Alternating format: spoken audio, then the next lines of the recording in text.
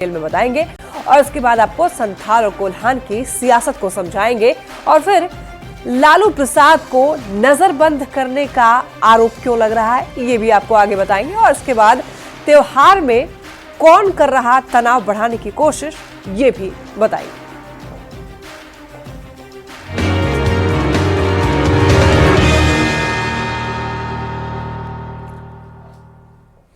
पूर्णिया सांसद पप्पू यादव को लॉरेंस बिश्नोई के नाम पर धमकी देने वाला महेश पांडे गिरफ्तार हो गया है। आरोपी का लॉरेंस बिश्नोई से कोई संबंध नहीं है। तो देखिए, लॉरेंस बिश्नोई के नाम पर पप्पू यादव को धमकी मिलने के बाद खूब चर्चा हुई।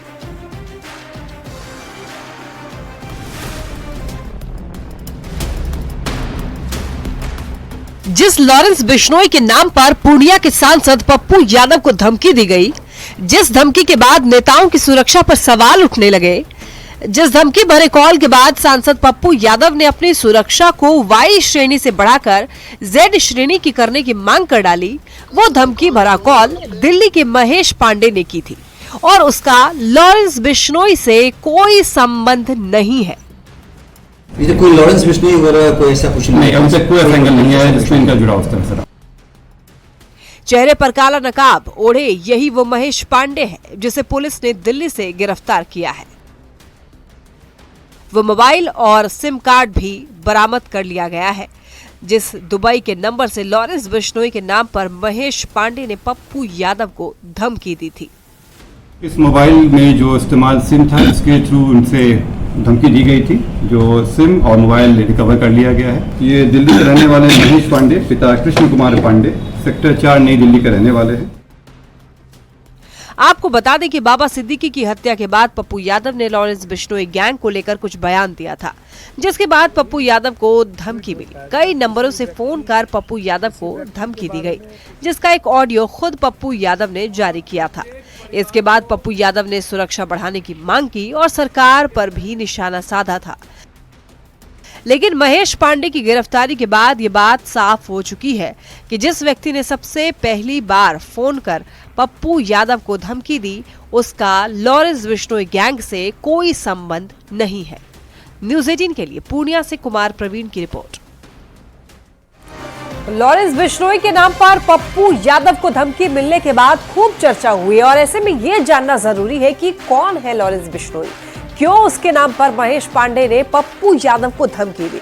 तो पहले लॉरेंस बिश्नोई के बारे में जान लेते हैं। देखिए, दरअसल लॉरेंस बिश्नोई पंजाब का रहने वाला है और जिसकी गिनती इस समय देश के सबसे बड़े गैंगस्टर में होती है।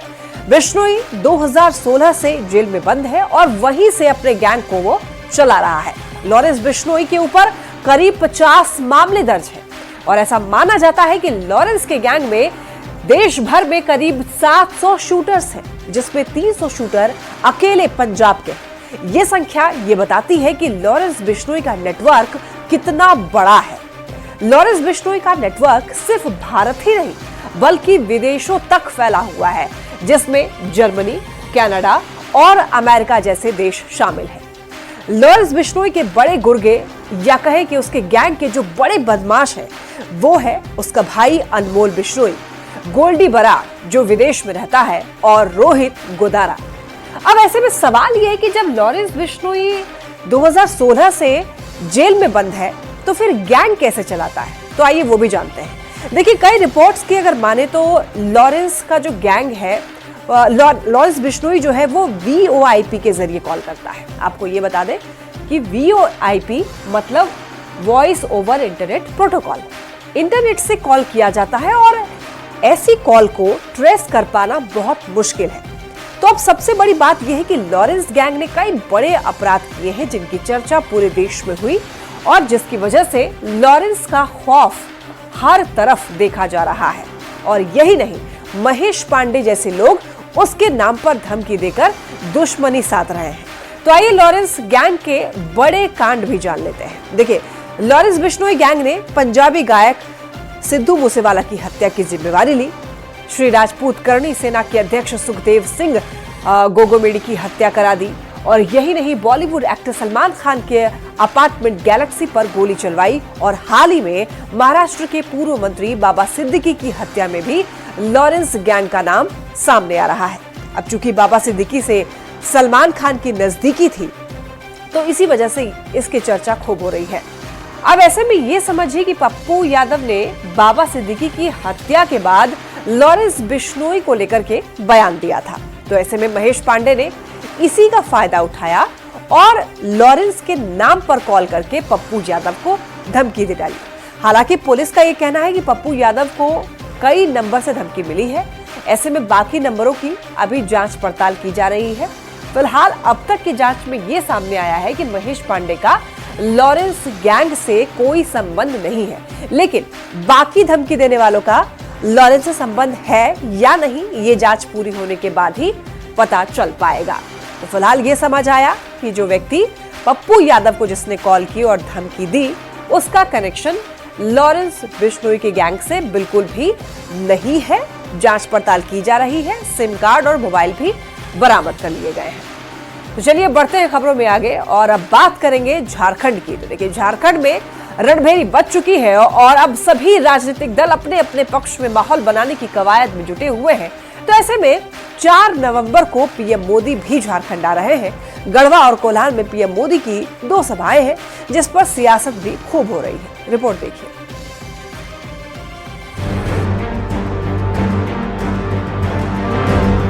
झारखंड बीजेपी का जोश हाई है, क्योंकि प्रधानमंत्री मोदी के झारखंड आने की खबर आई है। प्रधानमंत्री मोदी 4 नवंबर को गढ़वा और कोल्हान में दहाड़ेंगे और उनके निशाने पर एक बार फिर जेएमएम सरकार होगी।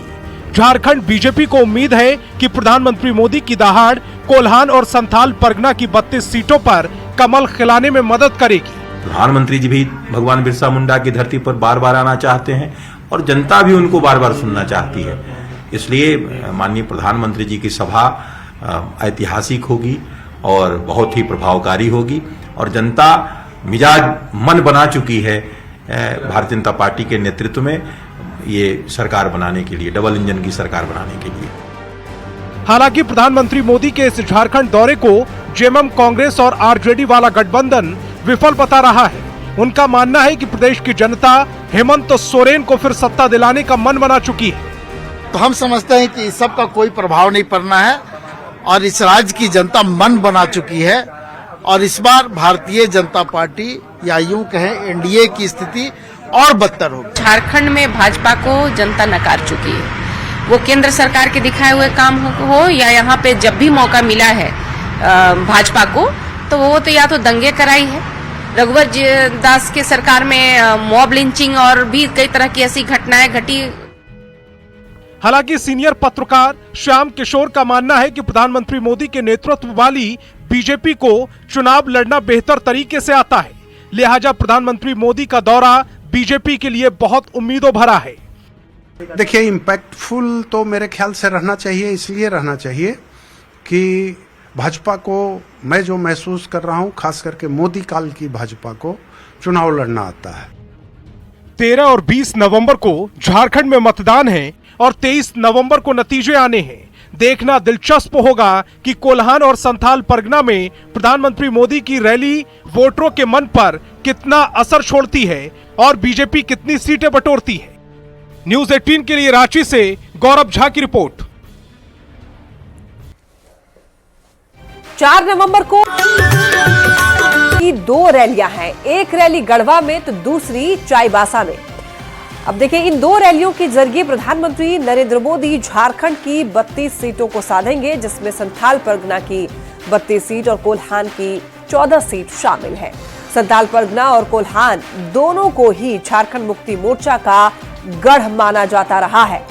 पहले बात संथाल परगना की कर लेते हैं। तो देखिए, 2019 के विधानसभा चुनाव की अगर बात करें तो 2019 के चुनाव में महागठबंधन का रिजल्ट जबरदस्त रहा था, जो इस बार इंडिया गठबंधन के रूप में है। 2019 में जेएमएम के खाते में 9 सीट और कांग्रेस के खाते में 5 सीट आई थी, जबकि बीजेपी को महज 1 सीट से ही संतोष करना पड़ा था। सुरक्षित सीटों की अगर बात करें तो संथाल में एसटी वर्ग के लिए 7 सीटें सुरक्षित हैं, जबकि एससी वर्ग के लिए 1 सीट सुरक्षित है। 2019 में संथाल की एसटी वर्ग के लिए सुरक्षित 7 की 7 सीट जेएमएम ने जीत लिया था, जबकि बीजेपी को सभी 7 सीटों पर दूसरे स्थान पर रहना पड़ा।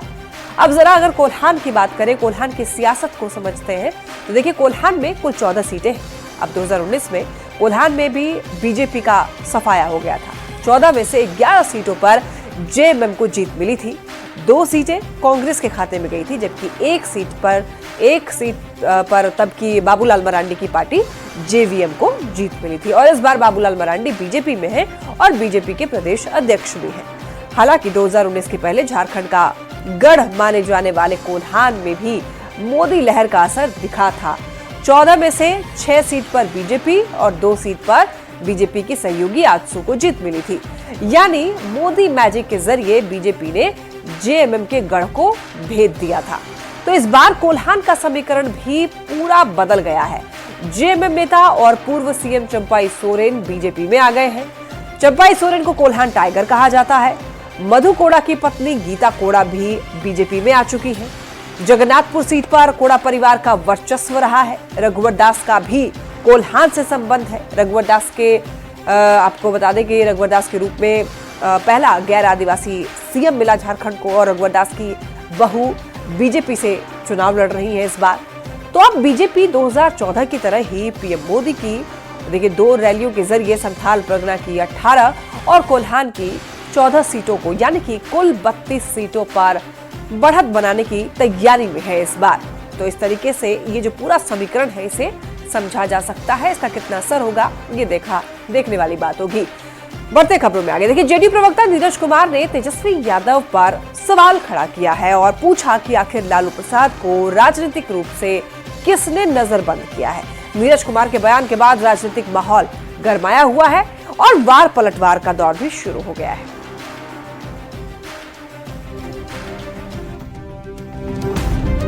आखिर किसने लालू प्रसाद जी को राजनीतिक रूप से नजरबंद कर डाला है?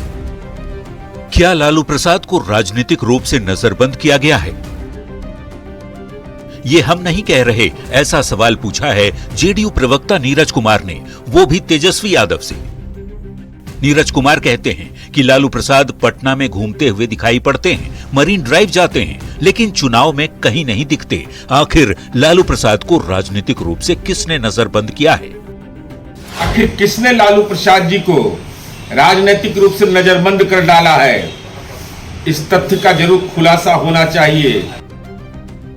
नीरज कुमार के इस आरोप के बाद बिहार की सियासत गर्माती दिख रही है। आरजेडी ने जेडीयू के आरोप पर कड़ा पलटवार किया। आपको स्पष्ट करना चाहिए कि नीतीश जी को सार्वजनिक सभाओं में क्यों नहीं बोलने दिया जाता है, नीतीश जी को प्रेस से मिलने क्यों नहीं दिया जाता है। तो बीजेपी ने जेडीयू के आरोप का समर्थन किया है। तेजस्वी यादव को बताना चाहिए कि लालू जी को कहां नजरबंद कर रखा है, क्योंकि पटना में उनके तो अनगिनत बेनामी ठिकाने हैं। आपको बता दें, बिहार में 4 सीट पर उपचुनाव हो रहा है और झारखंड में विधानसभा का चुनाव भी चल रहा है। बिहार के उपचुनाव और झारखंड के विधानसभा चुनाव में आरजेडी ने अपने अध्यक्ष लालू प्रसाद को स्टार प्रचारक बनाया है, लेकिन लालू प्रसाद न तो बिहार में कहीं चुनाव प्रचार में गए और न ही अब तक झारखंड ही गए, जिसे लेकर नीरज कुमार ने सवाल खड़े किए हैं और सियासी माहौल गर्म हो गया है। न्यूज़ 18 के लिए पटना से रवि एस नारायण के साथ ब्यूरो रिपोर्ट। नजरबंद के आरोप वाली सियासत को भी समझिए। देखिए, बिहार में 4 सीट पर उपचुनाव है और झारखंड में विधानसभा का चुनाव है। तो आरजेडी के स्टार प्रचारकों की लिस्ट भी जारी कर दी गई है। बिहार और झारखंड में आपको बता दें कि 40 स्टार प्रचारक का नाम जो है वो जारी किया गया है। तो स्टार प्रचारक की लिस्ट में लालू प्रसाद का नाम भी शामिल है, लेकिन लालू प्रसाद प्रचार में कहीं नहीं दिखे। तो अब जेडीयू के नीरज कुमार ये सवाल पूछ रहे हैं, लालू प्रसाद को किसने नजरबंद किया है, जिसके बाद अब सियासी बयानबाजी भी तेज हो चुकी है। तो खबर को आप इस तरीके से समझिए कि लालू प्रसाद को कई गंभीर बीमारी है। लालू प्रसाद का किडनी ट्रांसप्लांट हुआ है। किडनी के मरीज को धूल धक्कड़ से बचने की सलाह दी जाती है।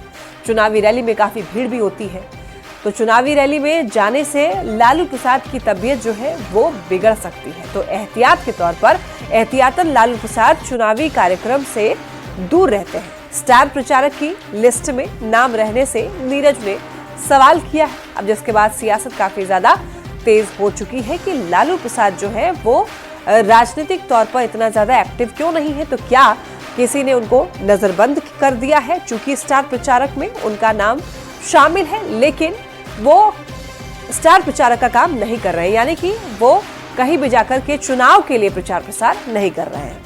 तो चलिए अब बढ़ते हैं खबरों में आगे। सीतामढ़ी के महसौल में हनुमान जी की प्रतिमा तोड़ने के मामले में पुलिस प्रशासन अलर्ट मोड में है। मौके पर भारी संख्या में पुलिस बल को तैनात कर दिया गया है और पूजा स्थल पर नई प्रतिमा स्थापित कर दी गई है।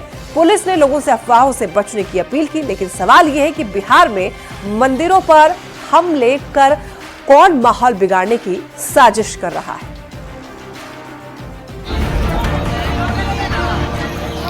त्योहार का मौसम है, दिवाली अभी खत्म हुई है और लोगों को अब छठ का इंतजार है। इसी बीच सीतामढ़ी के महसौल में किसी ने हनुमान जी की प्रतिमा को तोड़ दिया। हालात बिगड़ते उसके पहले ही प्रशासन ने मौके पर बड़ी संख्या में पुलिस बल तैनात कर दिया। शांति समिति की बैठक बुलाकर हालात संभालने की कोशिश की और पूजा स्थल पर नई प्रतिमा स्थापित कर दी गई। मैं आपका आभार प्रकट करता हूं पूरे जिला प्रशासन की तरफ से कि आप लोगों का निरंतर और भरपूर सहयोग मिला हम लोगों को। डीएम ने मंदिर की घेराबंदी कराने और दोषियों की पहचान कर कानूनी कार्रवाई करने का निर्देश भी दिया है, लेकिन इस घटना पर बीजेपी विधायक मिथिलेश कुमार ने नाराजगी जताई है और मामले की उच्च स्तरीय जांच कराए जाने की मांग की है। इस प्रकार का जो कार्रवाई करते हैं, ऐसे लोगों के खिलाफ सख्त जांच करके दोषी लोगों पर एफआईआर करके और सख्त उसकी गिरफ्तारी हो। बिहार में मूर्ति तोड़ने की ये कोई पहली घटना नहीं है। 18 अक्टूबर की रात भागलपुर में भी मंदिर में तोड़फोड़ की गई थी, जिसके अगले दिन उस इलाके में बहुत हंगामा हुआ था। तब शाहबाज नाम के व्यक्ति की पहचान हुई थी और कहा गया था कि वो विक्षिप्त है। अब सीतामढ़ी में भी वैसी ही घटना घटी है। तो ऐसे में सवाल ये उठता है, न्यूज़ 18 सवाल पूछता है, पर्व के माहौल में कौन फैलाना चाहता है तनाव? माहौल बिगाड़ने की कौन कर रहा है कोशिश? मंदिरों पर क्यों हो रहे हमले? सख्त संदेश देने में प्रशासन नाकाम क्यों?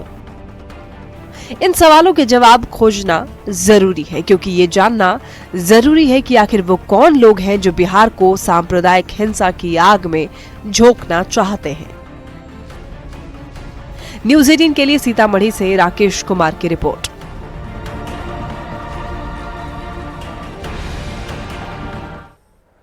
और इसी के साथ बुलेटिन में इतना ही। तमाम खबरों के लिए आप देखते रहिए न्यूज़ 18।